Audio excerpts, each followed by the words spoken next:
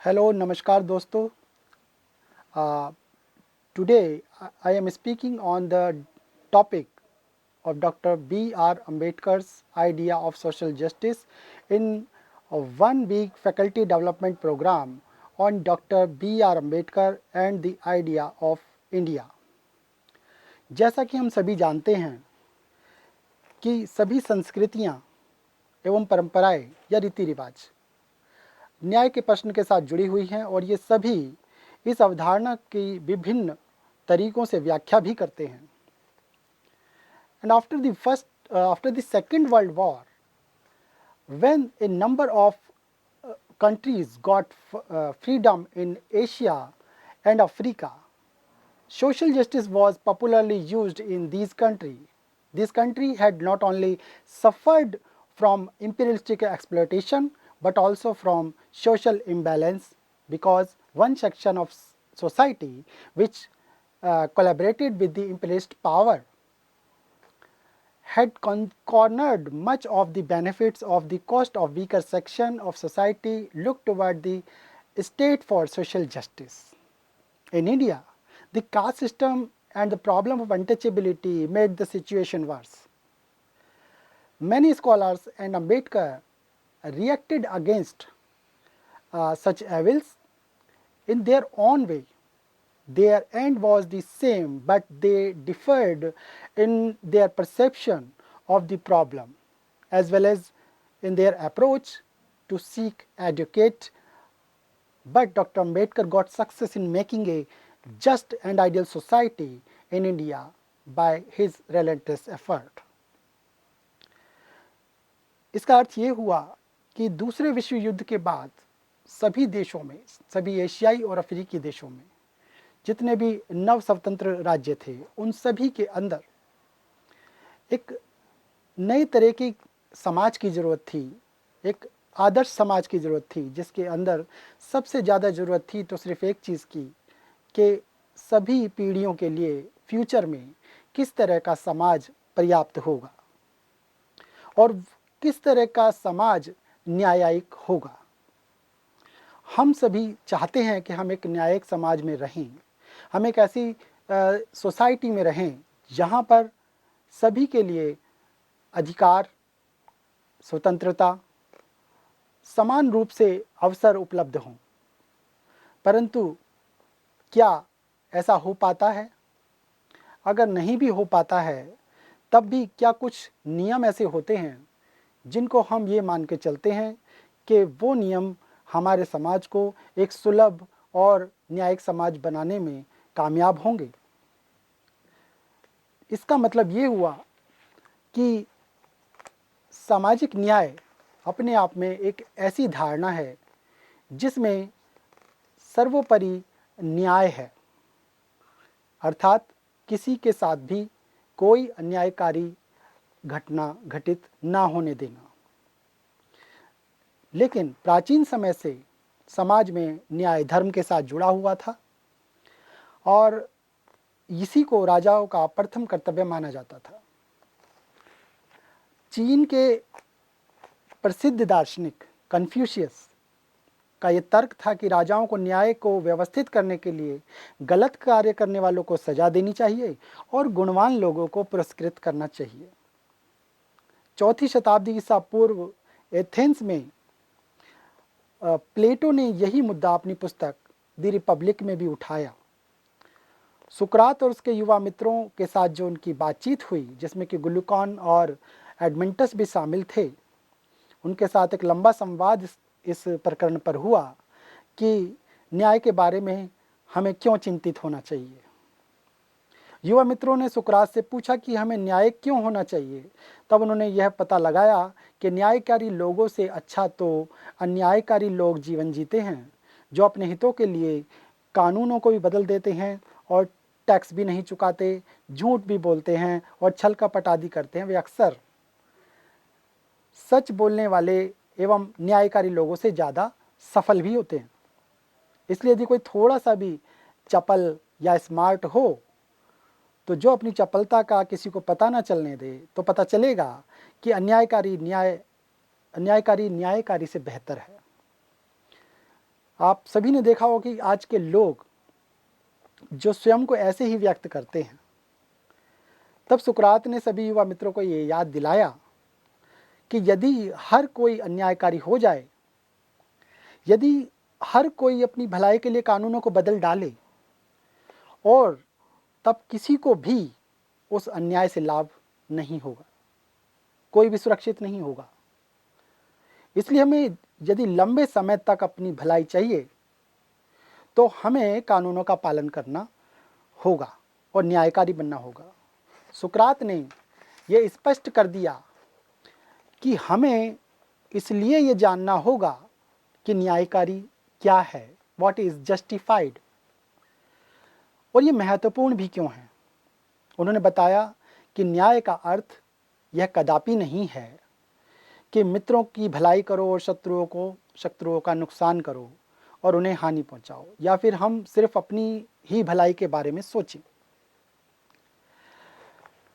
If everyone were to be unjust, if everyone manipulated the rule to suit their own interest, no one could be sure of benefit from injustice. Nobody would be secure, and this was likely to harm all of them. So we must obey laws and the just. He explained that justice does not only means doing good to our friend and harm to our enemy or pursuing our own interests. Justice involves the well-being of the people. इसका अर्थ ये हुआ कि justice सिर्फ ये नहीं है, या न्याय सिर्फ ये नहीं है कि हम अपने दोस्तों के साथ अच्छा व्यवहार करें और जो हमें नुकसान पहुंचा रहे हैं उनके साथ गलत व्यवहार करें, बल्कि जस्टिस में सभी का कल्याण निहित होना चाहिए, क्योंकि this ensure that the well being of the people include giving each person his due, यानी कि हर व्यक्ति को उसका बकाया लौटाया जाना चाहिए। यह वर्तमान में न्याय की समझ के साथ एक महत्वपूर्ण रूप से जुड़ा हुआ है। व्यक्ति के बकाये को लेकर प्लेटो से लेकर अब तक ये धारणा बदल चुकी है, और आज के दौर में न्याय की बड़ी समझ घनिष्ठता के साथ जुड़ी हुई है कि हर व्यक्ति का मानव होने के नाते क्या बकाया है। जर्मन दार्शनिक इमैनुअल कांट के अनुसार, according to Immanuel Kant, human being possesses dignity. If all persons are granted dignity, then what is due to each of them is that they have opportunity to develop their talent and pursue their chosen goals. Justice requires that we give due and equal consideration to all individuals. अर्थात कि व्यक्ति को उसकी गरिमा प्रदान की जाए, और उसके बकाये का अर्थ है कि उसको अपनी प्रतिभा के विकास के लिए एवं चयनित लक्ष्यों को पूरा करने के अवसर प्राप्त होने चाहिए। न्याय हमेशा ये चाहता है कि हम बकाये का भुगतान करें और सभी व्यक्तियों को एक समान समझें। आने वाले समय में डॉक्टर भीमराव अंबेडकर ने भी इसी सेंस के साथ में, या इसी भाव के साथ में सोशल जस्टिस को परिभाषित किया। उनके अनुसार a just society is that society in which ascending sense of reverence and descending sense of contempt is dissolved into the creation of compassionate society. इसका अर्थ ये हुआ कि वो ये कहना चाहते थे कि एक न्यायिक समाज वो समाज होगा जिसके अंदर अवमानना घटती जाए और सम्मान बढ़ता जाए, और ये दोनों ही चीज़ें एक करुणामय समाज में विलीन हो जाएं। इसका अर्थ है कि हम हर किसी के लिए एक अच्छा भाव रखें। मैंने न्याय की बात इसलिए की शुरू में, क्योंकि सामाजिक न्याय को समझने से पहले हमें जानना होगा कि न्याय क्या है, न्याय के रूप क्या हैं, न्याय किन किन तरीकों से हमारे सामने आता है, न्याय के लक्ष्य क्या हैं। क्या एक व्यक्ति को न्यायिक तभी माना जाता है जब वो सभी के साथ इक्वल ट्रीट करे, एक जैसा व्यवहार करे, या वो उनकी योग्यता देख के व्यवहार करे, या फिर अयोग्यता देख के व्यवहार करे। कैसे एक व्यक्ति को दूसरे के साथ कैसा व्यवहार करना चाहिए। डॉक्टर अंबेडकर अपने हर ग्रंथ में इन्हीं चीज़ों की चर्चा करते नज़र आते हैं कि न्यायिक समाज कैसा होना चाहिए। समाज के रूप न्याय के रूपों के बारे में अगर पता लगाया जाए तो उसके 3 रूप हमारे सामने निकल कर आते हैं। पहला है equal consideration of equals, and second one proportionate justice, and third one recognising special needs. जैसा कि सभी व्यक्तियों के साथ समान व्यवहार। हम एक एक करके इन पे चर्चा करेंगे कि इस संबंध में बहुत सारे सिद्धांत बनाए गए हैं। उनमें से एक सिद्धांत ये भी है कि सभी व्यक्तियों के साथ समान व्यवहार किया जाए। इसमें माना जाता है कि मानव होने के नाते सभी व्यक्तियों में एक जैसी विशेषताएं हैं और इसलिए वे समान अधिकार एवं समान व्यवहार के लायक हैं। कुछ महत्वपूर्ण अधिकार जो आज के उदारवादी लोकतंत्रों में दिए जाते हैं, उनमें कुछ नागरिक अधिकार जैसे कि वोट देने का अधिकार, ये अधिकार व्यक्तियों को राजनीतिक प्रक्रिया में भाग लेने के लिए सक्षम बनाते हैं, तथा कुछ सामाजिक अधिकार जैसे समाज के अन्य सदस्यों की तरह समान अवसरों को प्राप्त करने का अधिकार भी इसमें शामिल होता है। समान अधिकारों के अतिरिक्त समान लोगों के साथ वर्ग, जाति, नस्ल एवं लिंग के आधार पर किसी भी तरह का भेदभाव ना किया जाए, इसका फैसला उनके कार्यों और गतिविधियों के आधार पर किया जाए, ना कि इस आधार पे कि वे किस संबंधित जाति, नस्ल, रंग या वर्ग से जुड़े हुए हैं। इसलिए दो विभिन्न जातियों के लोग यदि वे एक समान कार्य करते हों, चाहे वो पत्थर तोड़ते हों या पिज़्ज़ा डिलीवरी करते हों, उन्हें समान पारितोषिक मिलना चाहिए। यदि एक व्यक्ति को एक कार्य करने के लिए 100 रुपये का भुगतान किया जाता है, तो अन्य व्यक्ति को उसी कार्य को करने के लिए 70 रुपये दिए जाते हैं, ये कहकर कि वो किसी दूसरी जाति का है या नस्ल का है, ये ठीक नहीं। इसे हम एक जस्ट सोसाइटी का एग्जाम्पल बिल्कुल नहीं मान सकते। इसी प्रकार यदि एक पुरुष अध्यापक जो एक स्कूल में पढ़ाने के लिए अपना वेतन लेता है, वो एक महिला अध्यापक से ज़्यादा अगर वेतन लेगा तो वो भी न्यायिक नहीं है, क्योंकि उसमें आप ये देख रहे हैं कि वो किस वर्ग से है, किस जेंडर से है। हालांकि समान व्यवहार केवल न्याय का सिद्धांत नहीं, क्योंकि इसके अंदर कुछ राइट्स ऐसे जुड़े हुए हैं कि जिसमें एक ग्राउंड बन जाता है कि आप समान किसको मानेंगे। समान व्यवहार केवल न्याय का सिद्धांत नहीं, बल्कि कुछ ऐसी परिस्थितियां हो सकती हैं जिनमें हम ये कह सकते हैं कि समान व्यक्तियों के साथ समान व्यवहार जो है वो अन्यायकारी है। उदाहरण के तौर पे आपको कैसा लगेगा यदि एक कॉलेज ये निर्णय ले कि जिसने भी परीक्षा दी है उन सभी बच्चों को या उन सभी छात्रों को एक जैसे मार्क्स या एक जैसे नंबर दिए जाएंगे, क्योंकि उस कॉलेज के छात्र हैं और सभी ने परीक्षा दी है। तो आपको ये सोचना पड़ेगा कि क्या ज़्यादा ठीक होगा। तब छात्रों के उत्तरों की गुणवत्ता देखकर ही उन्हें अंक देना सही होगा। हमें देखना पड़ेगा कि किसने अच्छी क्वालिटी के साथ उन प्रश्नों के उत्तर हमें दिए हैं, और इसी को हम कहते हैं आनुपातिक या proportionate justice. It means something treating everybody equally would be unjust.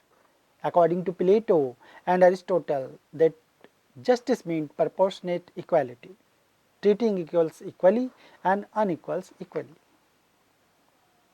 यानी कि समान व्यक्तियों के साथ समान व्यवहार और असमान व्यक्तियों के साथ असमान व्यवहार। क्योंकि अगर सभी छात्रों को एक जैसे नंबर दिए जाएंगे तो वो न्यायकारी नहीं होगा। जिसने कम मेहनत की है उसे भी उतने ही मार्क्स, और जिसने ज़्यादा मेहनत की है उसे भी उतने ही मार्क्स। इसे हम एक जस्ट सोसाइटी का एग्जाम्पल नहीं मान सकते।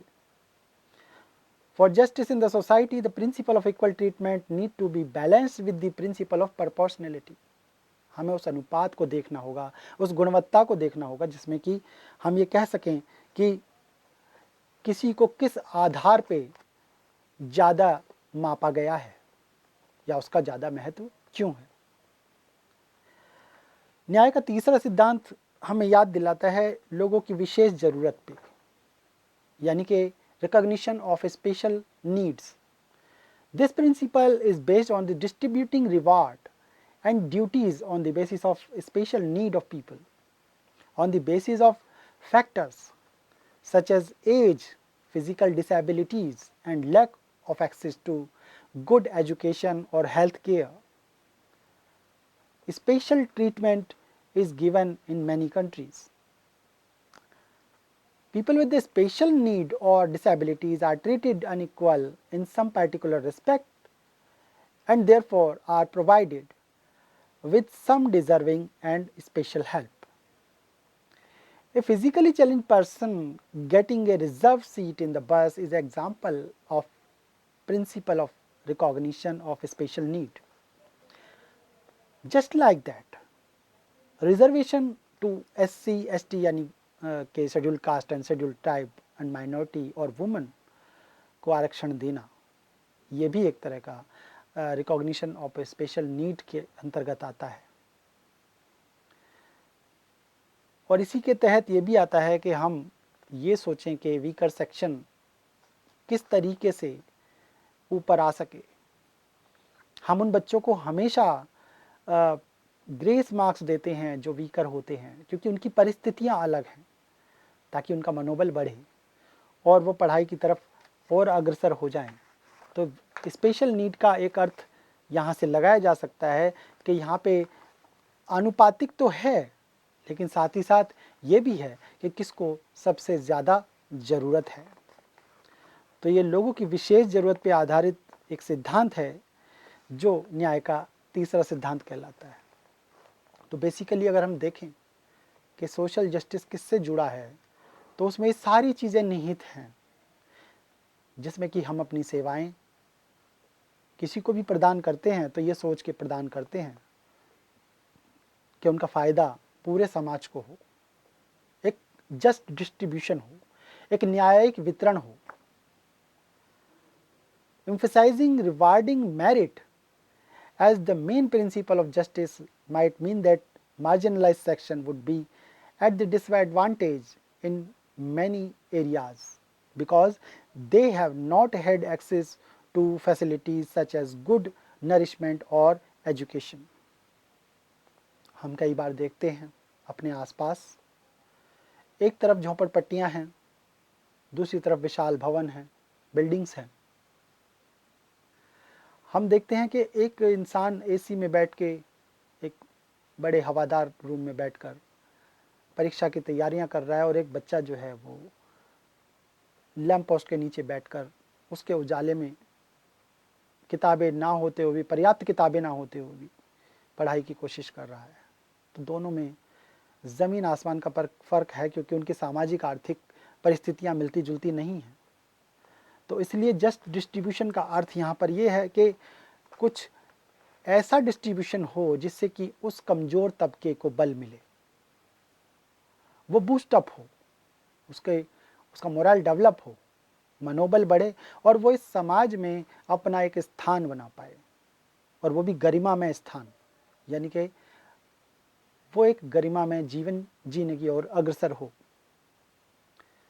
The just distribution or the social justice ensure law and policies treat all as equal, but it is not sufficient. Social justice concerns the just distribution of goods and services or redistribution of resources to reduce serious social economic inequalities and provide a level of playing field. जैसा कि मैंने अभी कहा कि ये एक प्रकार का वो बंटवारा है जिसके अंदर सामाजिक आर्थिक असमानताओं को हटाया जाए, उनको समाप्त किया जाए या धीरे धीरे उनमें सुधार किया जाए। ऐसी पॉलिसीज़ या ऐसी नीतियों की ज़रूरत इस राज्य के अंदर होनी चाहिए, ताकि न्याय समग्रता से सभी के हिस्से में आए pursuing social justice and equality with the help of law and policies, providing some basic quality of life, conditions and opportunity. जैसा कि मैंने अभी बोला कि सोशल जस्टिस का अनुगमन किस प्रकार किया जाएगा, वो डिपेंड करता है कि उसमें कानून और नीतियाँ किस तरह से इक्वालिटी लेकर आएंगी। यानी कि सारा का सारा दारोमदार सिर्फ न्याय और नीतियों पे आ जाता है, क्योंकि वही ऐसी चीज़ें क्रिएट कर सकती हैं जिसके कारण हर किसी को एक गुणवत्तादायक जीवन या जीवन जीने की परिस्थितियां मिल सकें। क्योंकि आमतौर पर हम लोग सिर्फ ऐसा जीवन नहीं जीते कि जिसमें हम ये सोचें कि हमें रोटी कपड़ा और मकान मिल जाए वही बस है। हाँ, वो बेसिक नीड्स जरूर हैं, इतना तो पर्याप्त होना ही चाहिए। Constitution abolish the practice of untouchability to promote social equality. इसका एक एग्जाम्पल ये है कि डॉक्टर अंबेडकर, जिन्होंने हमें भारत का संविधान प्रदान किया, उन्होंने इसको एक ऐसा कानूनी दस्तावेज बनाया जिसके आधार पर उन्होंने कहना चाहा कि जातिवादी अनटचेबिलिटी को या उससे जुड़ी गतिविधियों को अगर रोका जाए या उनका उन्मूलन किया जाए तो समाज में इक्वालिटी आ सकती है। अमीर गरीब अगर वर्ग तैयार हो चुके हैं तो लैंड का रिफॉर्म किया जाए, रीडिस्ट्रीब्यूशन किया जाए लैंड का या भूमि का पुनर्वितरण किया जाए, तो भी समाज एक जस्ट सोसाइटी के अंदर क्रिएट हो सकता है। या ये कहें कि समाज में लोगों को पर्याप्त शिक्षा और रोजगार दिए जाएं, सभी को समान रूप से ये चीज़ें उनके आनुपातिक आधार पे मिलें, जितना उनका जनसंख्या का परसेंटेज है उसके आधार पे उनको सीटें मिलें, तो भी ये चीज़ें पूरी की पूरी सक्षमता के साथ हमें प्राप्त हो सकती हैं। तो जस्ट सोसाइटी से पहले हमें ये जान लेना बड़ा ज़रूरी है, या सोशल जस्टिस से सब पहले हमें ये जान लेना बड़ा ज़रूरी है कि हम न्याय के बारे में क्या समझते हैं। न्याय को हम एक और तरीके से समझ सकते हैं। पॉलिटिकल साइंस के अंदर, एक पॉलिटिकल साइंस विधा के अंदर एक पॉलिटिकल साइंटिस्ट रहे हैं जिनका नाम है जॉन रॉल्स। जॉन रॉल्स ने एक बुक लिखी 1971 में, ए थियरी ऑफ जस्टिस, और उसमें उन्होंने बताने की कोशिश की कि सामाजिक न्याय क्या है। Basically, social justice, being a multidimensional concept, has been viewed by scholars of law, philosophy, and political science differently. The term social justice is quite comprehensive. In general, social justice may be defined as right of the weak, aged, destitute, poor, women, children, and other underprivileged person. इसका अर्थ ये हुआ कि social justice को जब परिभाषित किया जाता है तो उसके अंतर्गत वो वर्ग आते हैं जो कमज़ोर वर्ग हैं या अविशेषाधिकार प्राप्त वर्ग हैं, चाहे वो बच्चे हों, चाहे वो बूढ़े हों, चाहे वो गरीब हों, चाहे वो स्त्रियां हों, और चाहे वो अछूत हों। ऐसे समाज को अगर इकट्ठा होके एक समरसता के साथ में सबके साथ लाया जाए, सभी का समाज में योगदान हो, वो भी बराबरी के साथ, तो हम उसे एक जस्ट सोसाइटी कह सकते हैं।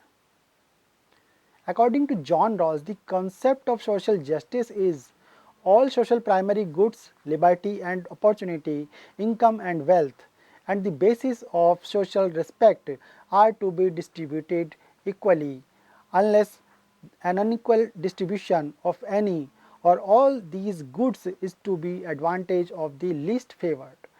The contents of the social primary goods specified by Rawls are of particular importance for the fair distribution of them namely liberty and opportunity, income and wealth, and basis of this self-respect in the society will undoubtedly help to achieve the much needed social justice.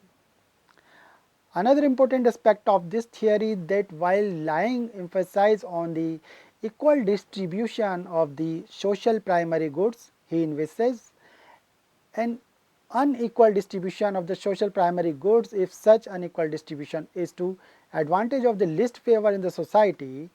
In announcing this view, Rawls seems to have anticipated the doctrine of protective discrimination embodied in the constitution. इसका अर्थ ये हुआ कि John Rawls ये मानकर चलते हैं कि हमें एक निष्पक्ष समाज की ज़रूरत है और वो निष्पक्ष समाज हमें न्याय के अंदर एक फेयरनेस दर्शाता है कि उसमें किसी एक वर्ग का, किसी एक तबके का फेवर नहीं किया जा रहा है। A just society is one run on the just principle. Just society would be a fair society. Fair involves distributive justice, यानी कि बांटने का वो तरीका जिसमें कि किसी के पास ना ज़्यादा हो ना कम हो, ज़रूरत के हिसाब से भी हो और योग्यता के हिसाब से भी। उस न्याय को स्थापित करने वाले जॉन रॉल्स थे जिन्होंने 1971 में ये इसकी स्थापना अपनी बुक के माध्यम से की। बट उनके सामने भी एक प्रश्न आया, but how shall we achieve a just society with fairness? हम ऐसा न्यायिक समाज कैसे बना पाएंगे? तब उन्होंने एक परिकल्पना की और उस परिकल्पना में उन्होंने ये बताने की कोशिश की कि यदि किसी भी व्यक्ति से ये पूछा जाए what is the good society according to anyone और according to you, then obviously in which everyone would like to have a privileged position. अर्थात किसी से भी पूछा जाए कि वो कैसा समाज चाहेगा तो वो यही बोलेगा कि मुझे ऐसा समाज चाहिए जिसमें मेरी स्थिति विशेषाधिकार प्राप्त लोगों की कैटेगरी में हो। But it would be unjust and unfair, क्योंकि सभी लोग अगर ऐसा सोचेंगे तो समाज में जितनी विभिन्नता है उसको कैसे टैकल किया जाएगा? क्योंकि सभी लोग तो स्वार्थी होकर ये सोच रहे हैं कि मेरा स्थान जो है वो ऊपर होना चाहिए, मुझे सारे अधिकार प्राप्त होने चाहिए। तब जॉन रॉल्स ये डिसीजन सोसाइटी के लोगों पर ही छोड़ते हैं and individual will take the decision about how society would be organised, कि वही तय करें कि सोसाइटी कैसे संगठित होनी चाहिए, कैसे बननी चाहिए। But before that this should be in the original form, लेकिन ऐसा करने से पहले उन्हें एक ओरिजिनल फॉर्म में आना पड़ेगा, where all will be behind the veil of ignorance, और जहाँ पर वो एक अज्ञानता के पर्दे के अंदर होंगे, वो नहीं जानते होंगे कि किसी के अंदर क्या योग्यता है, किसी के अंदर क्या कैपेबिलिटी है। रोल्स इस परिस्थिति को अज्ञानता का पर्दा कहते हैं। वो मानते हैं कि इस परिस्थिति में लोग अपनी हैसियत और प्रतिष्ठा को लेकर पूर्णतः अनभिज्ञ होंगे। ऐसी परिस्थिति में हर व्यक्ति सामान्यतः अपने निजी हितों के बारे में सोचेगा, जैसा कि मैंने बताया। लेकिन क्योंकि कोई भी नहीं जानता कि भविष्य में कोई क्या बनेगा या कौन किस वर्ग में चला जाएगा, किसी को कितने अधिकार प्राप्त होंगे, ऐसी स्थिति में अपने समाज में सबसे बुरी हालत में अपने आप को समझेगा। It means veil of ignorance is a situation in which one do not know the position which he or she is going to occupy. He would be rich, poor, privileged or disadvantaged. Then they take the decision from the point of view of worst off, because in the complete ignorance individual will not know who and what they will be, and they will support a decision about the rule and organization of that future society which would be fair for all the members. It would make a sense of each person acting in his or her own interest to try to think of rules of organization that will ensure reasonable opportunity to the weaker section. इसको हम दूसरी तरीके से भी समझ सकते हैं कि हर इंसान को ऐसा लगेगा कि मैं प्रिविलेज्ड पोजीशन में होना चाहिए। यहाँ पे एक हम केक के एग्जाम्पल से समझते हैं कि अगर किसी 4 लोगों को बोल दिया कि आप ये इस केक के प्रतिनिधि हैं और आपको ये केक मिलेगा, आप आपस में बांट के खा लीजिए इसको, तो हर व्यक्ति ये सोचेगा कि मुझे इस केक का बड़ा भाग मिलना चाहिए, लेकिन वो उस केक का बड़ा भाग कैसे ले, और उनको ये जिम्मेदारी भी सौंपी जाए कि आप ही को ये कट करना है। तो पहला जो सबके अंदर भाव आएगा वो यही आएगा कि इसमें सबसे बड़ा हिस्सा मेरा होना चाहिए, लेकिन फिर सबको ये भी लगेगा कि सभी तो बड़ा हिस्सा चाह रहे होंगे। या फिर ये भी हो सकता है कि मैं औरों के लिए छोटा छोटा हिस्सा काटूं और सबसे बड़ा हिस्सा अपने लिए काटूं, वो किसी और को मिल जाए तो मैं लाभान्वित नहीं होऊंगा। हो सकता है मुझे सबसे छोटा हिस्सा मिल जाए। तो ऐसी स्थिति में वो ये सोचेगा कि अगर मैं एक बुरी स्थिति में आ गया तो मेरे लिए वो लाभकारी नहीं होगा। लाभकारी ये होगा कि मैं इसको बराबर बराबर काटूं। या किसी भवन के अंदर किसी इंसान को बोला जाए कि इसमें आपको जो है इसको रिनोवेट कराना है या उसको सारे कमरे इसके बढ़िया बनाने हैं, आपको इसमें एक कमरा आपको भी मिलेगा, तो पहला भाव ये आएगा कि मैं अपने कमरे को ठीक कर लूं, अपना कमरा सबसे बढ़िया बनाऊं। पहला भाव जो कि उसके स्वार्थ से जुड़ा हुआ होता है, ये फर्स्ट पोजीशन है उसकी, कि मनुष्य अपने हित के बारे में सोचता है, सेल्फ इंटरेस्ट के बारे में सोचता है।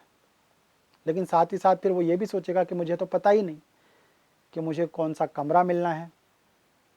तो सेकंड भाव उसके अंदर ये आएगा कि मैं सभी कमरों को अच्छी तरीके से रिनोवेट कराऊं, फिर चाहे मुझे जो भी मिले इट वुड बी बेटर, और वो मेरे लिए नहीं औरों के लिए भी बेटर होगा। तो वो किसी चीज़ की कमी उसके अंदर नहीं छोड़ने की कोशिश करेगा। सो एक क्वेश्चन उठाया जा सकता है कि is it possible to erase all the identity and image oneself under the veil of ignorance? क्या ऐसी स्थिति आ सकती है जिसमें हम सभी भूल जाएं कि हमारी क्या पोजीशन है? क्योंकि वर्तमान में तो हम सबको पता है कि हम किस वर्ग के हैं या क्या हैं, क्या हमारी पोजीशन है। तो क्या ऐसी स्थिति आ सकती है? जॉन रॉल्स उसका आंसर देते हैं। It is equally difficult to most people to be self-sacrificing and share their good fortune with a stranger. Why they do just? Then why they do just? कि वो किस तरीके से ये पता लगाएं कि इसको न्यायिक बनाया जाए। So rational person will not only see things from the perspective of worst off, they will also try to ensure that the policies they frame benefit the society as a whole. तो तब वो इंसान ये सोचेगा कि अगर आज मैं अमीर हूँ, अगर कल को मैं गरीब हो गया किसी कारणवश, मेरा व्यापार ठप हो जाए या कुछ हो जाए, तो मैं भी बुरी स्थिति में आ सकता हूँ। इसीलिए मुझे समाज के हर वर्ग को बराबर बराबर अधिकार देने पड़ेंगे ताकि हम किसी भी स्थिति में रहें उसमें हम दोबारा से उभर के ऊपर आ सकें, हम सबको बेनिफिट हो। Veil of ignorance expects people to just be their usual rational selves. It is in their interest to think from the position the worst of. Fairness would be the outcome of rational action, not benevolence and generosity. वो कहते हैं ऐसा नैतिकता की वजह से नहीं आता है, बल्कि ये तार्किकता की वजह से आता है। कोई भी इंसान जब फेयरनेस की या ये कहें कि निष्पक्षता की तरफ जाता है तो सिर्फ और सिर्फ अपनी तार्किकता की वजह से जाता है। तो जितने लोग तार्किक होंगे, जितने लोग रैशनल होंगे, उससे न्याय एक फेयरनेस लेकर आएगा या एक सोसाइटी के अंदर ज़्यादा फेयरनेस होगी। Rational thinking not morality could lead us to fair and judge impartially regarding how to distribute the benefit and burden of society. तो रैशनल थिंकिंग ये कहती है कि क्या चीज़ ठीक है और क्या चीज़ सभी के हित में डिस्ट्रीब्यूट की जानी है, किसको क्या अधिकार मिलने चाहिए और किसको क्या कर्तव्य मिलने चाहिए। So basically John Rawls principle of justice says that democratic equality and procedural justice, वो कहते हैं ये उसी तरीके से है जिसके अंदर दो चीज़ें महत्व रखती हैं। पहला, concerning the difference of perfect versus imperfect. Perfect means slicing A cake, जैसा मैंने बताया केक को किस तरीके से काटा जाना है। और दूसरा imperfect procedural justice, it means criminal trial, यानी कि अपराधियों को सजा कैसे दी जाए। Perfect procedural justice is rare and imperfect procedural justice is the norm. Pure procedural justice is poker game, यानी कि पहले हमें ये सोचना है कि उसको कैसे अब बराबर बराबर हिस्सा सबको बंटवारा हो, और दूसरी बात ये सोचना है कि बेस्ट क्या है, यानी हमें दोनों ही पोजीशन समझनी पड़ेंगी। So according to John Rawls the difference principle is designed to tell us what is the best rule would be, कौन सा शासन अच्छा होगा, किस में फेयरनेस ज़्यादा अच्छी होगी। Justice as fairness require the two clauses of the second principle of a reasonably good approximation of our consideration or considered judgment. First is, each person has an equal right to a fully adequate scheme of equal basic liberties, which is compatible with the similar scheme of liberty for all. इसका मतलब कि समाज के हर वर्ग के हर इंसान को समानता के साथ स्वतंत्रता प्रदान की जाए। हर किसी को हक है अपनी स्वतंत्रता का निर्वाह करने का। And second one, social and economic inequality are to be arranged so that they are both, first, the greatest benefit to the least advantage, and attached to offices and positions open to all under condition of fair equality of opportunity। यानी कि पहले तो सभी को, first principle के अंदर सभी को इक्वल लिबर्टी दी जाए, सभी को बराबर बराबर स्वतंत्रता दी जाए।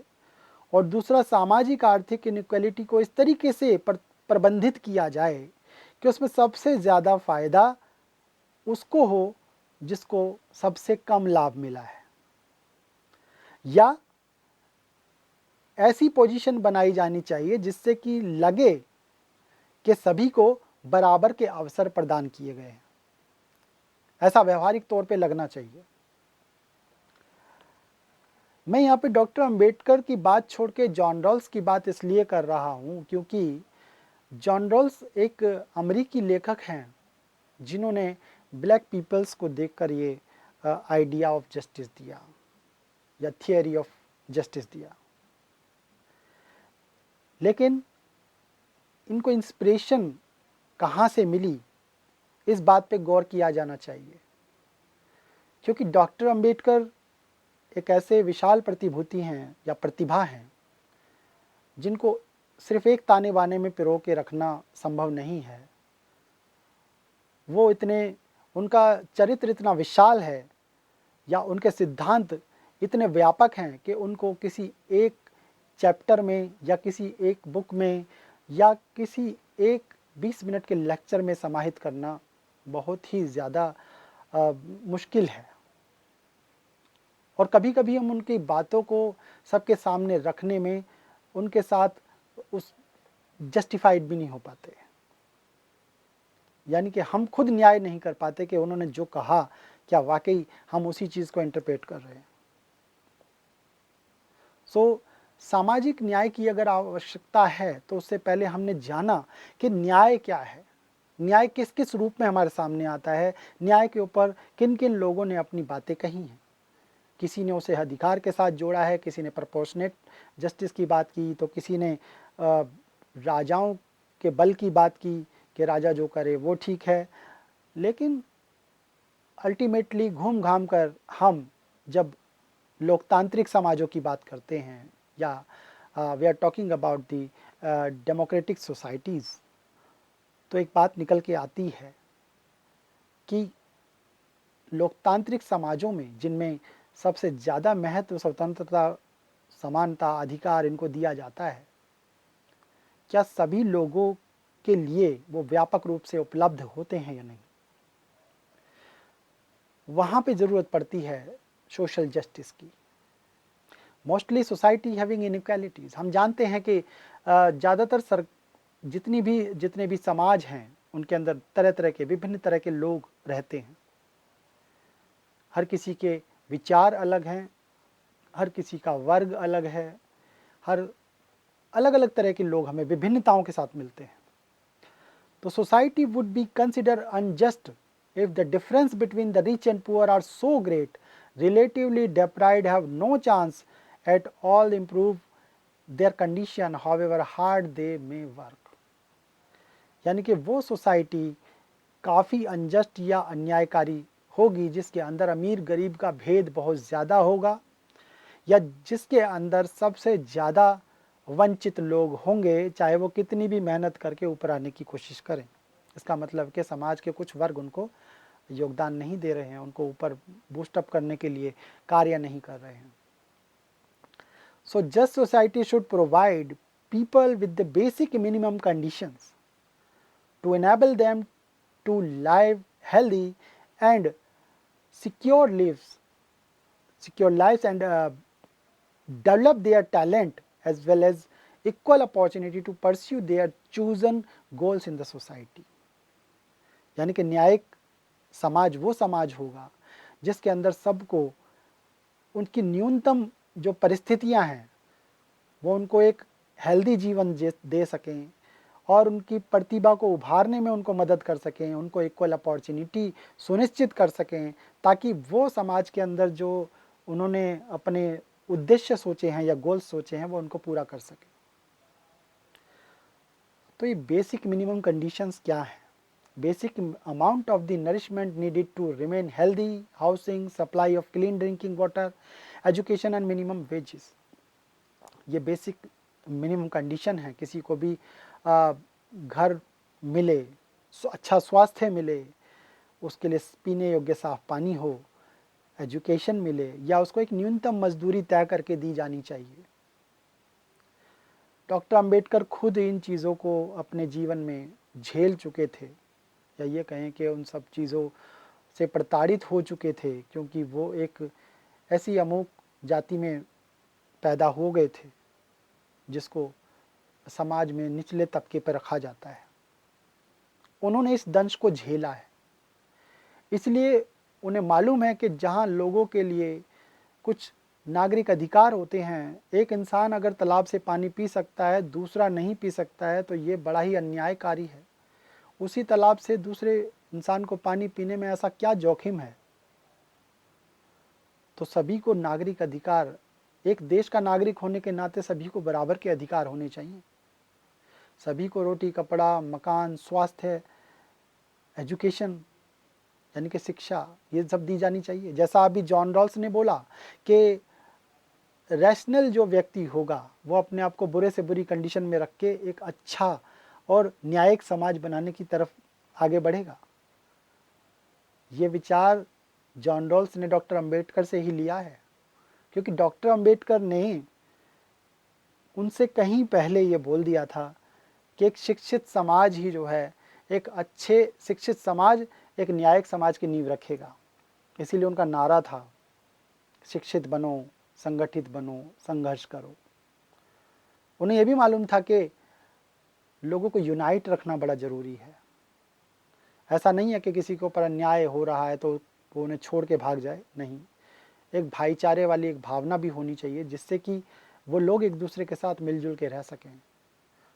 और क्योंकि समाज में असमानताएं बाद में भी रहेंगी, इसलिए उस न्यायिक समाज को एक अपना आदर्श समाज बनाने की तरफ तत्पर रहना होगा, और उसके लिए स्ट्रगल को हमेशा करते रहना होगा, उस संघर्ष को हमेशा चलाते रहना होगा। तो मेनली उनका रीज़न ये था कि वो कहते थे कि बेसिक मिनिमम कंडीशंस लोगों को उपलब्ध होनी चाहिए। It is the responsibility of democratic government, specially where poor people or lot or discrimination a lot on the basis of caste, class, gender, race, religion. Government will try to help most disadvantaged members of the society. Then what are the best method to achieve the goal? तो इन सब चीज़ों के लिए government try करेगी कि ताकि समाज में जितने भी अलाभान्वित जो वर्ग हैं या समाज के जो अलाभान्वित सदस्य हैं उन तक अच्छी सुविधाएं पहुँचें. And promoting open competition through free market would be the best way of helping the disadvantaged without harming the better of members of a society, or government should take on the responsibility of providing a basic minimum to the poor if necessary, even though a redistribution of resources. वो ये नहीं कह रहे कि एक किसी का धन लूट के दूसरे को दे दो, नहीं, वो कह रहे हैं जिनके पास ये चीज़ें हैं ऑलरेडी उनको भी वही अवसर मिल. फिर फ्री मार्केट एक स्थापित करना चाहते हैं जिसके अंदर सभी को अधिकार मिले कि वो ग्रो अप हो सकें. लेकिन साथ ही साथ वो ये भी कह रहे हैं कि सरकार का ये दायित्व है कि वो ये देखे कि जो अलाभान्वित रह जाते हैं या जिन तक ये चीज़ें नहीं पहुंच पाती हैं या पहुंच से बाहर है, उन लोगों को भी अपने साथ मिलाए रखने के लिए उन तक वो सुविधाएं पहुंचाई जाएं. उस तबके को भी समाज में दोबारा से सम्मिश्रित या उसका समावेशन किया जाना चाहिए. लेकिन इसी को कई लोग एक आरक्षण के तौर पे भी जानते हैं. ये कमज़ोर वर्गों के लिए उनके जनसंख्या के अनुपात में अगर उनको चीज़ें दी जाएं तो उसे रिजर्वेशन के नाम से जाना जाता है, और जो कि काफ़ी विवादित प्रश्न भी है हमारे देश में. So social justice implies that all benefit and privilege in society should be shared by all its members. If any group in society has suffered from structural inequality inherent in the social system, special care should be taken to remove such structural inequalities. Two obvious implication is that the state should take affirmative actions in order to remove such injustice perpetuated in the same society by this section over another section. तो उनका मानना ये था कि सामाजिक न्याय के अंदर वो सारे बेनिफिट या वो सारे प्रिविलेज होने चाहिए जो सभी लोगों में आपस में बटे और सभी लोग उसमें साझा हों. ये जो समाज का ढांचा है उसके अंदर जितनी भी इनइक्वालिटीज़ हैं समाज के अंदर जितनी भी इनइक्वालिटीज़ हैं उन सभी को इस तरीके से रिमूव किया जाए कि समाज का जो निचला तबका है या जो कमज़ोर तबका है उस तक वो न्याय पहुंच पाए. इसको उन्होंने सकारात्मक कदम माना, यानी कि अफर्मेटिव एक्शन. जब भी हम कोई एक ऐसा अच्छा काम करते हैं, जब भी हम किसी की मदद करते हैं तो हमें लगता है कि हमें अप्रिशिएट किया जाना चाहिए क्योंकि हमने उसकी हेल्प की. हम उसे सामाजिक दायित्व नहीं मानते, अपनी सोशल रिस्पॉन्सिबिलिटी नहीं मानते. और इसी कारण क्या होता है कि हम ये सोचने लगते हैं कि अगर हमने किसी की मदद की तो वो उस कार्य को करने के लिए इनकैपेबल था, तो हमने उसकी मदद की और हमें अप्रिशिएट होना चाहते हैं. समाज इसी तरह का है कि अगर हम किसी की मदद करें जो उस काम को करने में अक्षम है तो ये हमारा सामाजिक दायित्व होना चाहिए. डॉक्टर अंबेडकर ऐसा मानते थे क्योंकि वो ये मानते थे कि समाज में किसी भी प्रकार का शोषण या अन्याय बिल्कुल नहीं होना चाहिए. हमारा समाज स्वतंत्रता, समानता और बंधुत्व के आधार पर टिका होना चाहिए. सभी को समान स्वतंत्रता होनी चाहिए जीवन जीने की और उसका लाभ उठाने की. सभी को समान अवसर मिलने चाहिए. कानून के समक्ष सभी को समान माना जाना चाहिए. सभी को शासन में भागीदार होना चाहिए. वो मानते थे कि just society is that society in which ascending sense of reverence and descending sense of contempt it dissolve into creation of the compassionate society.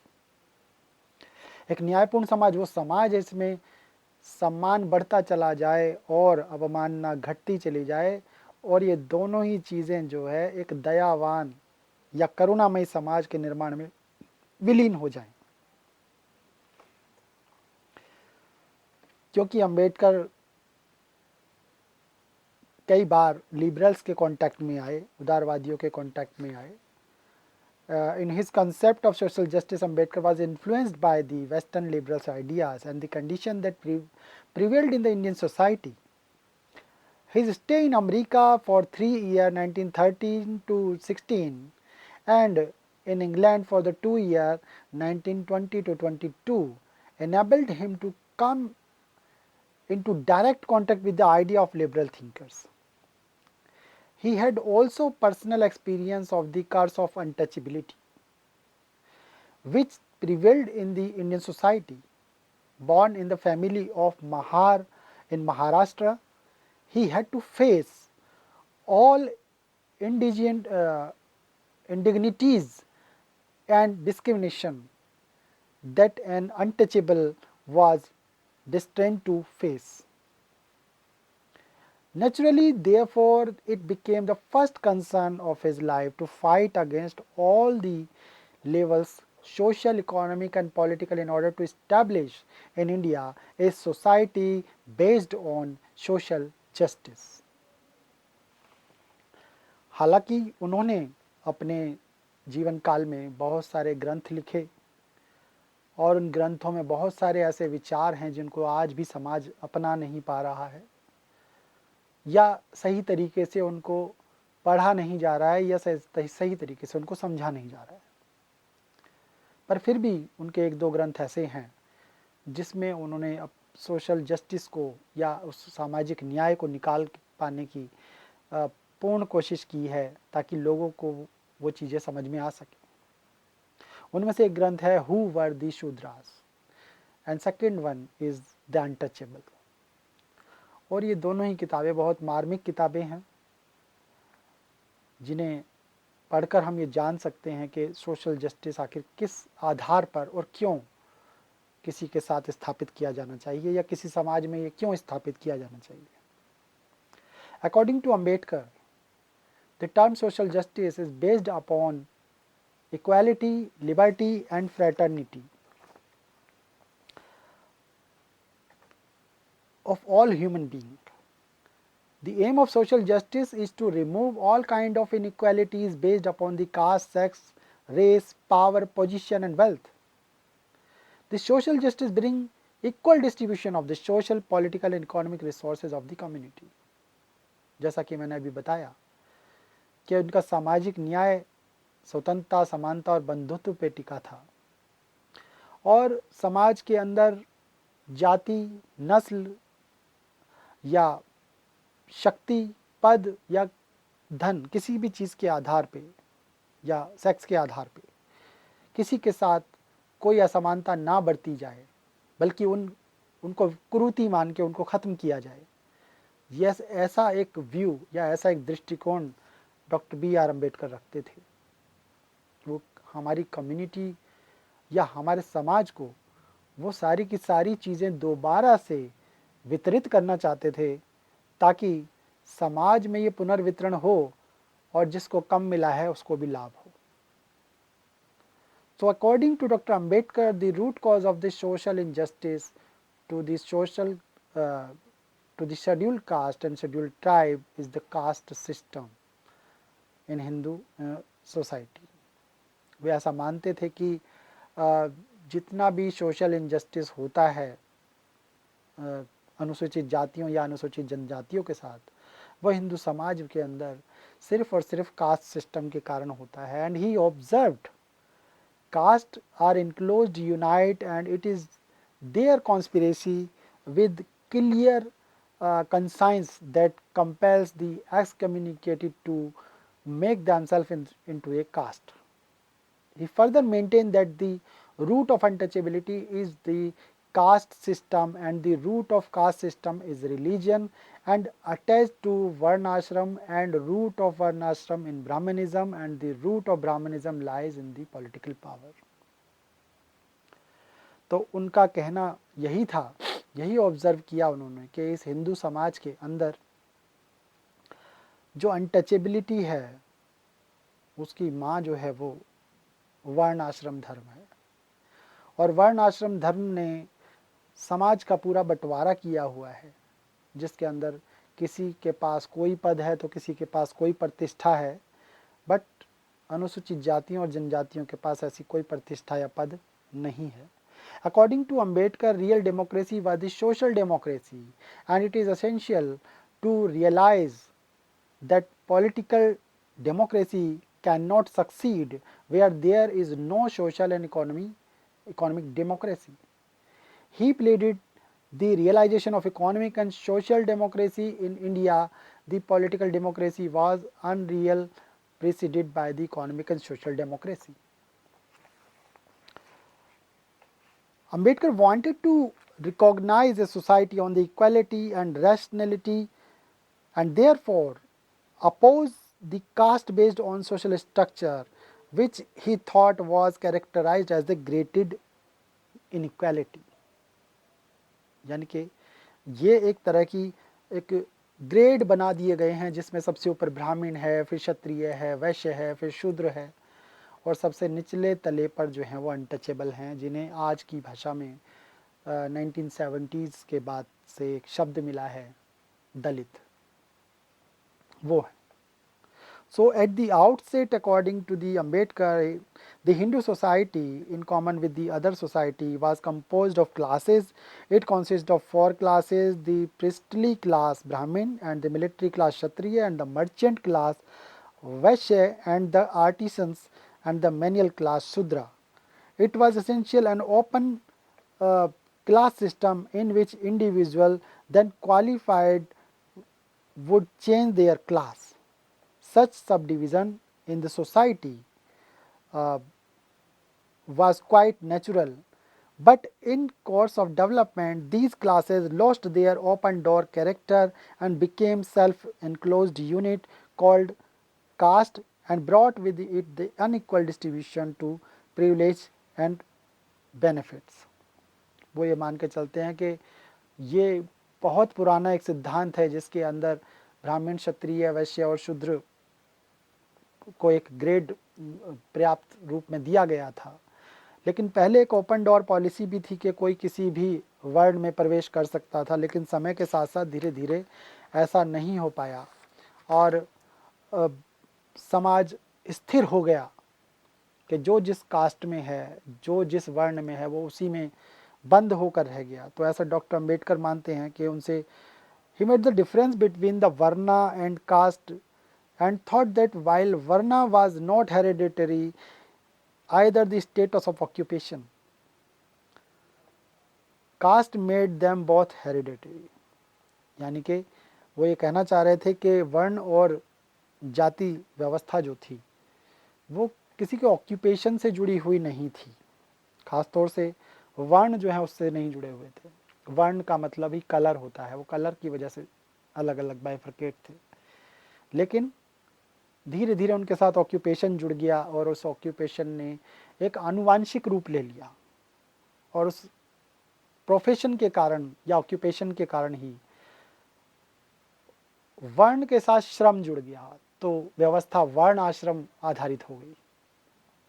यानी कि कलर के साथ ऑक्यूपेशन भी जुड़ गया और वही चीज़ वर्ण आश्रम धर्म हमारे सामने जाति व्यवस्था के रूप में निकल कर आया। लेकिन डॉक्टर अंबेडकर ने साबित कर दिया कि जो जिस जाति में पैदा होता है जरूरी नहीं है कि उसके अंदर वैसे ही गुण हों। डॉक्टर अंबेडकर खुद एक विशाल प्रतिभूति निकले। वो एक छोटे या निचले तबके के समाज में पैदा हुए और अमेरिका और लंदन तक जाकर शिक्षा प्राप्त की, रिसोर्सेज ना होते भी शिक्षा प्राप्त की और उन्होंने समाज के लिए फिर दोबारा से समाज की भलाई के लिए वापस भारत लौटे। ना जाने जीवन में उन्होंने अपना कितना खोया और उसके बावजूद भी उन्होंने यहाँ के समाज के व्यक्तियों के भले के बारे में सोचा है कि वेलफेयर सोसाइटी की स्थापना की बात की। वे मानते थे कि caste does not result in economic efficiency, caste cannot and has not improved the race. Caste has however done one thing, it has completely disorganised and demoralised the Hindus. वो ये मानते थे कि कास्ट सिस्टम कोई economic efficiency लाने वाली चीज़ नहीं है, बल्कि ये अलग अलग रेस को इम्प्रूव करती है, या ये कहें ये अलग अलग रेस को इम्प्रूव नहीं करती है, बल्कि वो ये कहना चाह रहे थे कि ये अलग अलग रेस को इम्प्रूव नहीं करती है, बल्कि ये एक अलग ही एक चीज़ करती है जिसके कारण लोग डीमोरलाइज हो जाते हैं, अनैतिक हो जाते हैं और कभी भी एक दूसरे के साथ जुड़ नहीं पाते हैं। अर्थात अगर कोई ऊंचे नीचे लेवल पे होगा तो यह यकीनन कुछ के पास अधिकार ज़्यादा होंगे, कुछ के पास कम होंगे, कुछ के पास स्वतंत्रताएं ज़्यादा होंगी, कुछ के पास कम होंगी, कुछ के पास अवसर ज़्यादा होंगे, कुछ के पास नहीं होंगे। तो ऐसा समाज में संगठन लाना बड़ा ही मुश्किल होगा। सब एक दूसरे के साथ मिलजुल के चलेंगे, ये पॉसिबल नहीं हो पाएगा। इसलिए वो मानते हैं शूद्रा वर दी वर्स्ट सफरर, क्योंकि सबसे निचले स्तर पे शूद्र हैं। Their position become worse than slaves, उनकी स्थिति जो गुलामों से भी बदतर हो गई है। तो slavery was never obligatory. The other difference was the untouchability was an indirect and therefore the worst kind of slavery. और वो मानते थे कि अनटचेबिलिटी या अस्पृश्यता, किसी इंसान को टच तक ना करना या उसे एक कलंक समझ लेना, ये हमारे समाज के लिए बड़ी ही गंभीर बात है कि जिस समाज का संगठन सभी व्यक्तियों से मिलकर बनता है, उस समाज में एक तबके को एक्सक्लूड कर दिया जा रहा है और उसमें अनटचेबिलिटी का बहुत बड़ा हाथ है। तो जब तक अनटचेबिलिटी नहीं जाएगी तब तक कास्ट सिस्टम भी नहीं जाएगा, इसलिए दोनों को एक साथ हटाना बड़ा ज़रूरी है।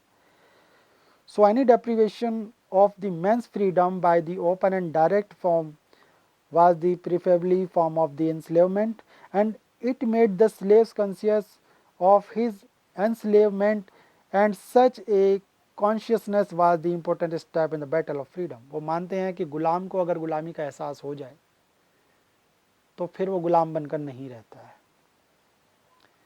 ऐसी एक बात एरिस्टोटल ने भी कही थी कि अगर गुलाम को या दास को ये पता चल जाए कि वो क्यों गुलाम है तो फिर उसे आज़ाद कर देना चाहिए, क्योंकि फिर वो सोसाइटी के लिए हार्मफुल हो सकता है, क्योंकि उससे स्ट्रगल बढ़ेगा, सोसाइटी के अंदर कॉन्फ्लिक्ट बढ़ेगा, नई नई समस्याएं पैदा होंगी। डॉक्टर अंबेडकर भी ऐसा ही मानते थे कि अगर गुलामी को गुलामी का एहसास हो जाए तो वो संघर्ष करने पे आ जाता है। लेकिन फिर भी उन्होंने इस चीज़ को नॉर्मलाइज करने की या इस चीज़ को सामान्य बनाने की कोशिश की, क्योंकि उनके आइडिया कुछ इस तरह के थे।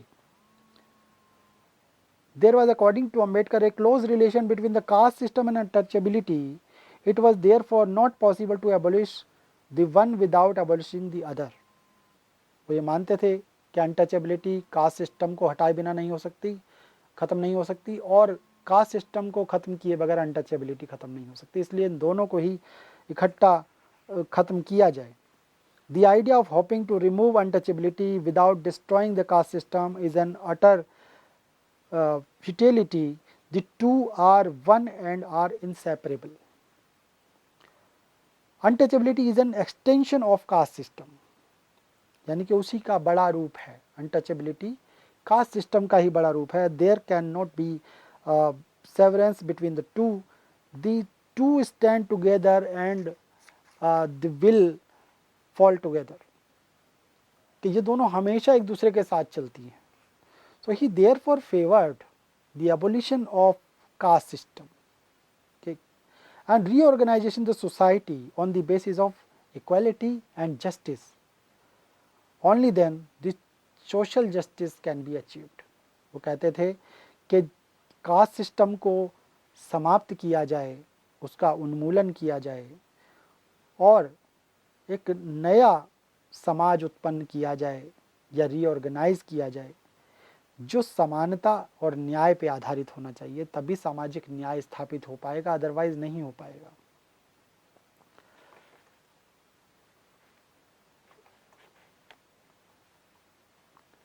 दूसरा, जैसा कि मैंने बताया, सामाजिक न्याय का एक आर्थिक पक्ष भी है, इसलिए वो चाहते थे removal of economic injustice, He was not obvious of the fact that economic injustice was the major factor in social injustice.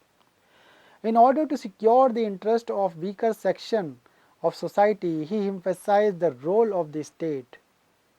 In his book, The State and Minorities, he stated that industries which were key industries should be owned and run by the state.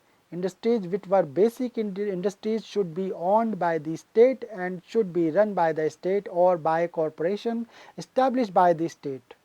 Insurance should be a monopoly of the state and agriculture should be the state industry.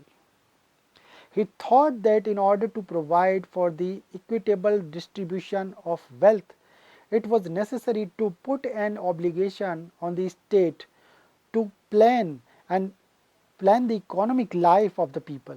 Such an obligation should not be left on the will of legislature, but should be prescribed by the law of the constitution. वो मानते थे कि आर्थिक अन्याय या आर्थिक तौर पे किसी के साथ भी शोषण बिल्कुल नहीं होना चाहिए। इसीलिए उन्होंने ये माना कि इसके लिए हमें मॉडर्नाइजेशन को अपनाना पड़ेगा, आधुनिकता को अपनाना पड़ेगा। और इसीलिए उन्होंने हर एक इंडस्ट्री को, जो बड़ी बड़ी इंडस्ट्रीज़ हैं, उन सभी को चलाने का दायित्व या उन सभी को के संचालन का दायित्व जो है वो स्टेट के हाथ में देने को कहा, क्योंकि स्टेट ही सब चीज़ों का बंटवारा बराबर बराबर या प्रपोर्शनेट रेट में करेगा। जैसा कि डॉक्टर अंबेडकर ने बताया कि ये गारंटी जो है सोशल जस्टिस देने की गारंटी जो है वो स्टेट की होगी। इसीलिए आर्थिक तौर पर भी अगर सबको बराबर वेतन चाहिए, रोजगार चाहिए, तो ये सरकार का दायित्व है कि वो ऐसी चीज़ों को इस्टेब्लिश करे जिससे हर व्यक्ति को रोजगार मिल सके, हर व्यक्ति एक गरिमापूर्ण जीवन व्यतीत कर सके। और इसकी प्लानिंग उसे अपनी नीतियों के साथ ही करनी पड़ेगी और कुछ लॉ बनाने होंगे। तो वो लॉ जो कॉन्स्टिट्यूशन में यानी हमारे संविधान में दिए हुए हैं, उन सभी से वो समझ सकें कि इस लॉ के अकॉर्डिंग किस तरीके से इन व्यवस्थाओं को या नीतियों को तैयार करना है। He believed that there is a very close relationship between individual liberty and the shape and the form of economic structure of society. If the system of economy was based on the private enterprises and the pursuit of personal gain, it was bound to undermine the functioning of political democracy. If inequality continued in social and economic structure, political democracy could not be safe in India. In the last speech in Constitution Assembly, he stated that in politics we will have equality and social and economic life we will have inequality. In politics we will be recognizing the principle of one man, one vote and one value. In our social and economic life, we shall by reason of social and economic structure continue to deny the principle of one man and one value. If we continue to deny it for long, we shall do so only by putting our political democracy in peril. उनका मानना था कि individual liberty में और आर्थिक ढांचे में, जो समाज का आर्थिक ढांचा है, उन दोनों में कुछ ना कुछ रिलेशन है। और अगर इकोनॉमी प्राइवेट एंटरप्राइजेस के हाथ में या प्राइवेट रहेंगी तो उससे क्या होगा कि हर इंसान अपना इंटरेस्ट पहले देखेगा या कोई वर्ग अपना इंटरेस्ट पहले देख सकता है। तो उससे क्या होगा कि समाज में वो असमानता या आर्थिक असमानता फिर दोबारा से बनी रहेगी। हम अंग्रेज़ों से तो स्वतंत्रता प्राप्त कर लेंगे क्योंकि उस समय पे अंग्रेज़ों का शासन था, इसलिए उन्होंने ये बात सबके सन्निहित रखी कि हम अंग्रेज़ों से तो पॉलिटिकल एक डेमोक्रेसी की तरफ बढ़ेंगे आगे, उनसे हम पावर तो ट्रांसफ़र करा लेंगे, लेकिन फिर उसके बाद क्या? उसके बाद हमें सामाजिक और आर्थिक ढांचे में अगर बदलाव नहीं करेंगे तो उस शासन को करने से हमें क्या लाभ मिलेगा? जिसके अंदर फिर दोबारा ऐसी विसंगतियां होंगी। इसलिए वो कह रहे हैं कि राजनीति में हम इक्वालिटी की तरफ जाएंगे, लेकिन सोशल और इकोनॉमिक लाइफ में हम इनइक्वालिटी की तरफ जाएंगे। और इसके अंदर एक व्यक्ति एक वोट या एक वैल्यू तो होगा, लेकिन सोशल और इकोनॉमिक लाइफ के अंदर वही ढांचा अगर बना रहेगा तो उस वन मैन और वन वोट या वन वैल्यू की कोई हैसियत नहीं होगी। और ज़्यादा समय तक अगर ये चलता रहेगा तो ये हमारी राजनीतिक लोकतंत्र को भी ले डूबेगा। वो ऐसा इसलिए कह रहे थे क्योंकि उन्हें मालूम था कि सामाजिक और आर्थिक भेदभाव लोगों को दो तरीके से हर्ट करता है और दो पहलुओं तक ले जाता है।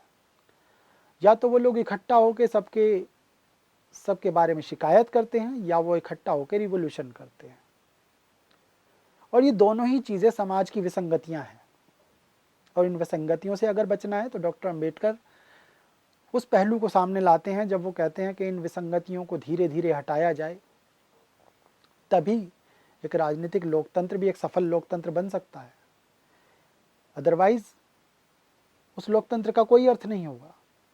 Thus, in order to establish a society on the principle of social justice, he emphasized that economic structure should be based on principle of democratic socialism, and the state should take the responsibility to recognize the economic structure of the society.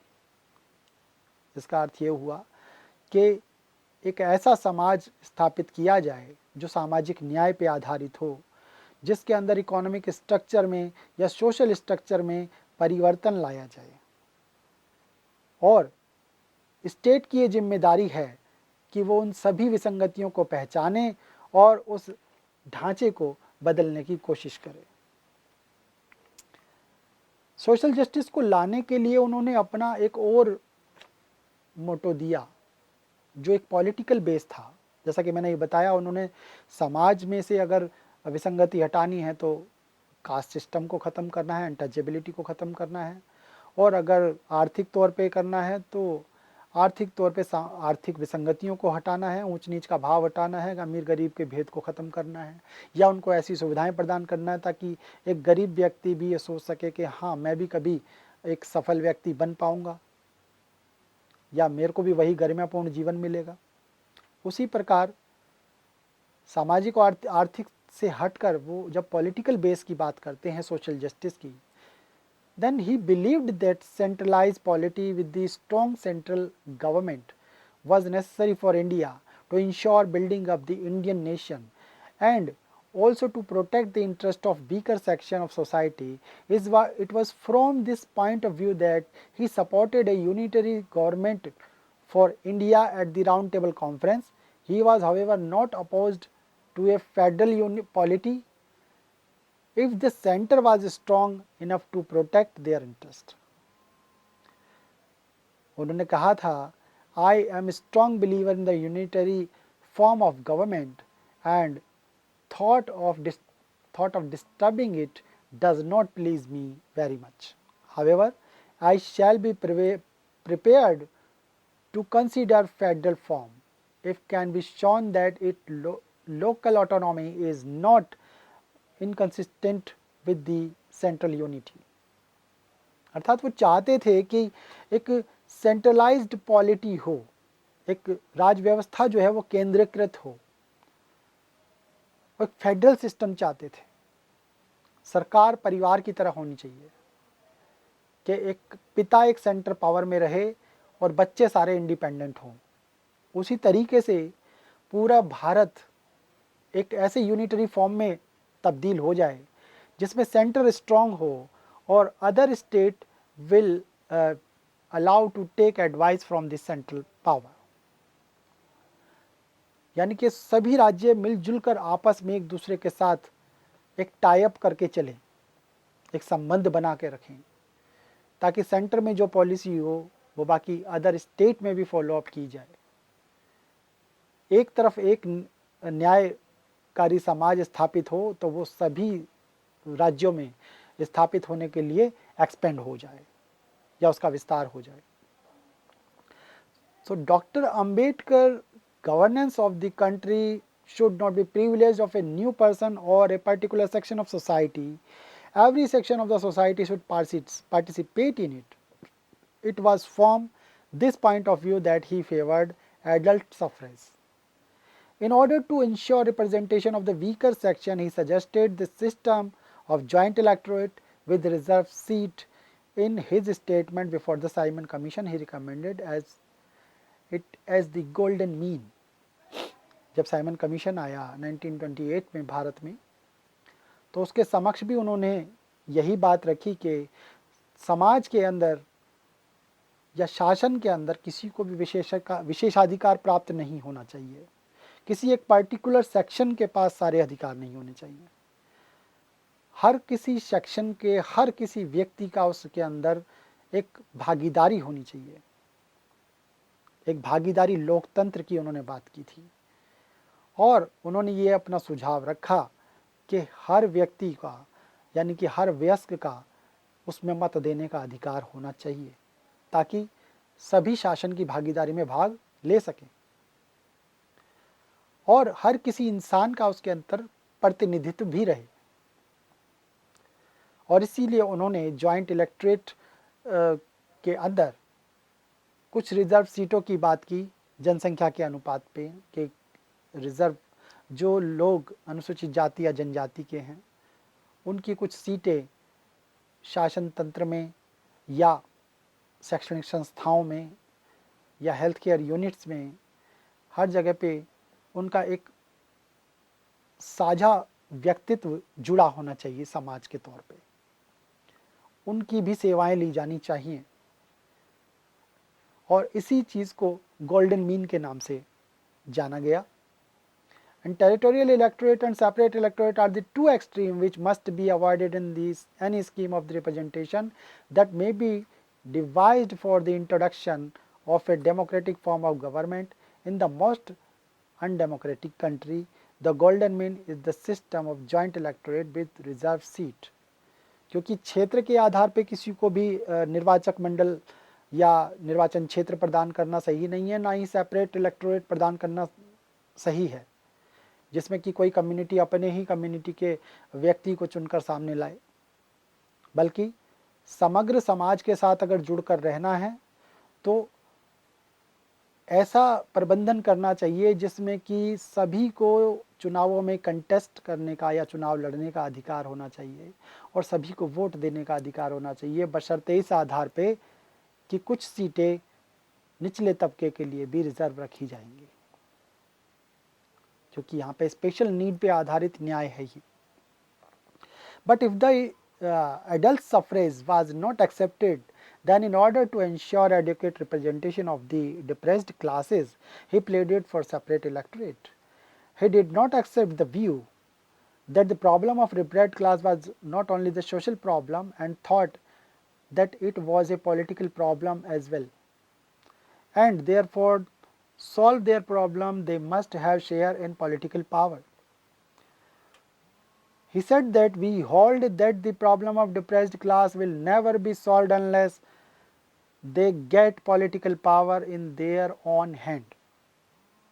जैसा कि हम सभी जानते हैं कि पहले पंचायती राज हुआ करता था और क्योंकि एक हिंदू समाज के अंदर कास्ट सिस्टम से अनुरूपित एक व्यवस्था के अंतर्गत ज़्यादातर समाज में पंचायत में निर्णय करने वाले लोग वही होते थे जो उच्च वर्ग के होते थे। लेकिन डॉक्टर अंबेडकर ने उस व्यवस्था को न्यायिक नहीं माना। उन्होंने माना कि कहीं पे भी कोई पॉलिटिकल बेस हो या शासन व्यवस्था हो, उसके अंदर उस निचले से निचले या मध्यम से मध्यम वर्ग का या उच्च से उच्च वर्ग का सभी वर्गों के व्यक्ति वहाँ होने चाहिए, ताकि किसी भी वर्ग का व्यक्ति अगर अपराधी के तौर पे खड़ा हो तो उसके साथ सही न्याय हो सके। तो ये इक्वल रिप्रेजेंटेशन की बात थी जो उन्होंने इस समाज में लाने की कोशिश की। He therefore demanded the adequate representation in legislature, executive and public services. We feel that nobody can remove our grievance as well as we can, and we cannot remove that unless we get political power in our hands. It is only in Swaraj Constitution that we stand only chance of getting the political power into our hand, without which we cannot bring salvation of the people. वो लोगों की मुक्ति चाहते थे और उन्हें मालूम था कि लोग मुक्त तभी हो सकते हैं, लोग स्वतंत्र तभी हो सकते हैं जब उनका राजनीतिक सत्ता में भी भागीदारी हो. He made the difference between the other minorities and depressed classes because the latter, unlike the former, and had suffered civil disabilities and discrimination in the Indian society. क्योंकि वे मानते थे कि एक जो अछूत वर्ग है या ये कहें कि जो कमज़ोर वर्ग है वो और जो अल्पसंख्यक हैं उन दोनों में बहुत भारी अंतर है, क्योंकि वो खुद एक डिप्रेस्ड क्लास सेक्शन से आए थे तो उन्हें मालूम था कि उन्होंने क्या क्या सहा है जो दूसरी माइनॉरिटीज़ ने नहीं सहा है. तो दोनों में अलग अलग डिफरेंस हैं. The one circumstances which distinguish the position of depressed class from that of another minority is that they suffer from civic disabilities, यानी कि जो नागरिक सुविधाएं प्राप्त होनी चाहिए वो तक उनको नहीं मिल पाती हैं. इसलिए एक माइनॉरिटी होना और एक डिप्रेस्ड क्लास में होना दोनों में भारी अंतर है. The second is that the depressed class are subject to social persecution unknown in which any other part of the world.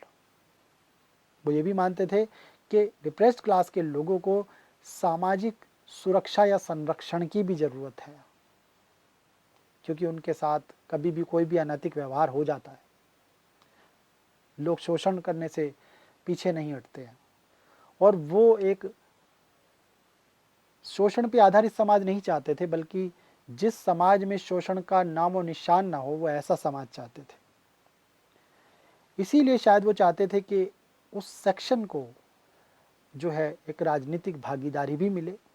Thus Ambedkar pleaded the cause of weaker section in society, particularly the scheduled caste, to enable them to lead a life with dignity in the Indian society.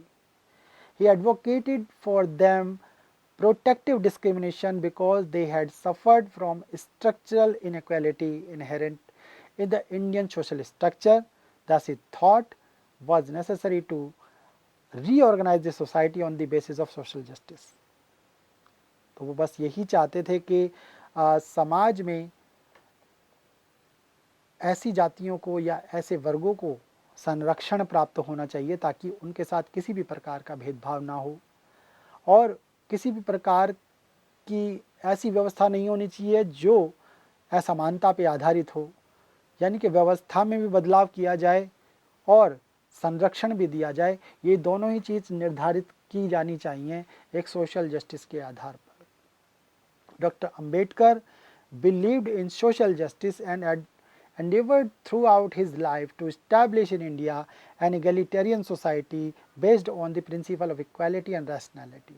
He believed that the end of the freedom movement was not only achieve independence from the British but also to establish in India such a society which should be free from such evils as untouchability and inequality in social, economic and political spheres.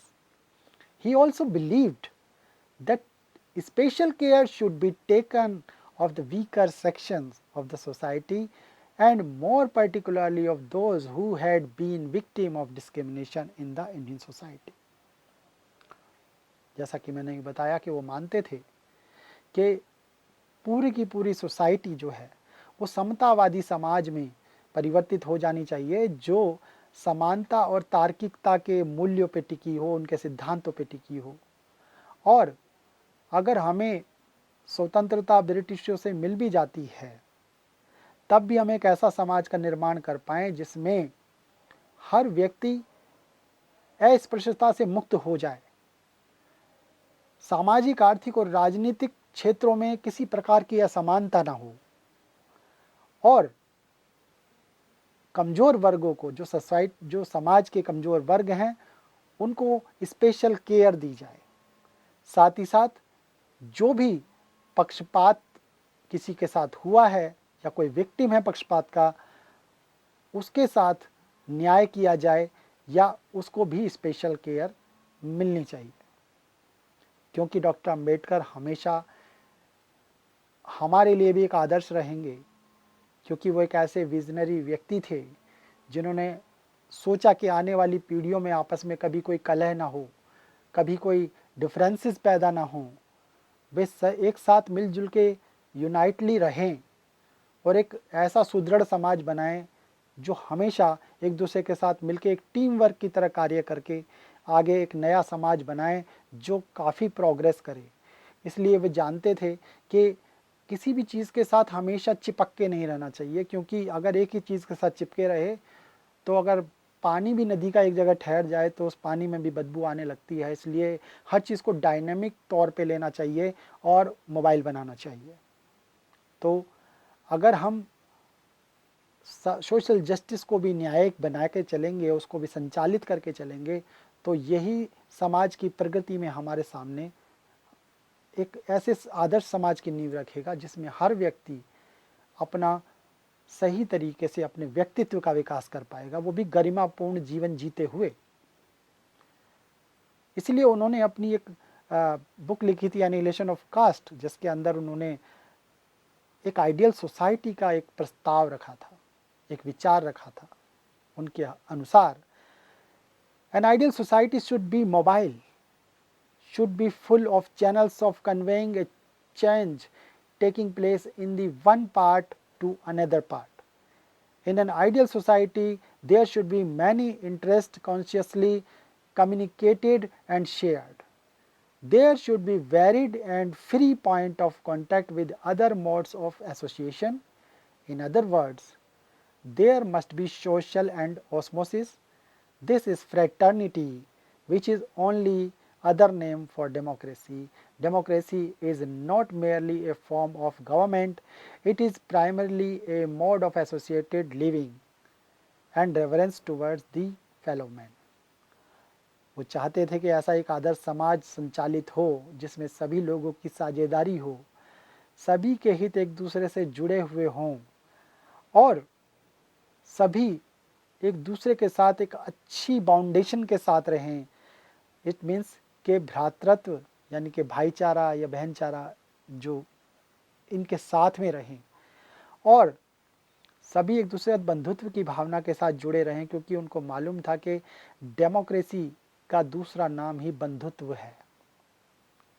जब हम कहते हैं कि democracy of the people for by the people for the people, तो उसमें सभी लोग आपस में एक दूसरे के साथ जुड़े हुए हैं। जब हम सॉवरन की बात करते हैं तो हम कहते हैं वी द पीपल, हाँ, यानी कि सारी की सारी जो है शासन जो है वो किसके अंदर निहित है, जनता के अंदर निहित है। तो अगर हम इन चीज़ों को जब सामने रखते हैं तो वो जनता अगर आपस में मिलजुल के रहती है तभी एक अच्छी डेमोक्रेसी तैयार होती है। डॉक्टर अंबेडकर ये जानते थे, इसलिए वे डेमोक्रेसी का दूसरा नाम बंधुत्व को बताते हैं और ये मान के चलते हैं कि एक दूसरे के साथ हम अपने एक्सपीरियंस शेयर करें, साझे करें और एक दूसरे को सम्मान से देखें और एक दूसरे का सम्मान करें। यही एक आइडियल सोसाइटी होनी चाहिए। ये नहीं कि ये ऊंचा है या नीचा है या हम किसी की अवमानना करते रहें। तो डॉक्टर अंबेडकर का जो आइडिया है वो उसके अंदर पूरा जस्टिस यानी कि पूरा न्याय समाया हुआ है, जिसमें वो समाज को आधार बनाकर आर्थिक, सामाजिक, राजनीतिक तीनों प्रकार के न्याय उसमें एक बार में समाहित कर देते हैं।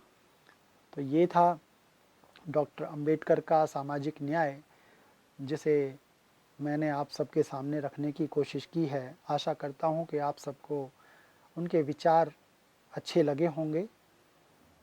एक बार फिर आप सभी से धन्यवाद। नमस्कार।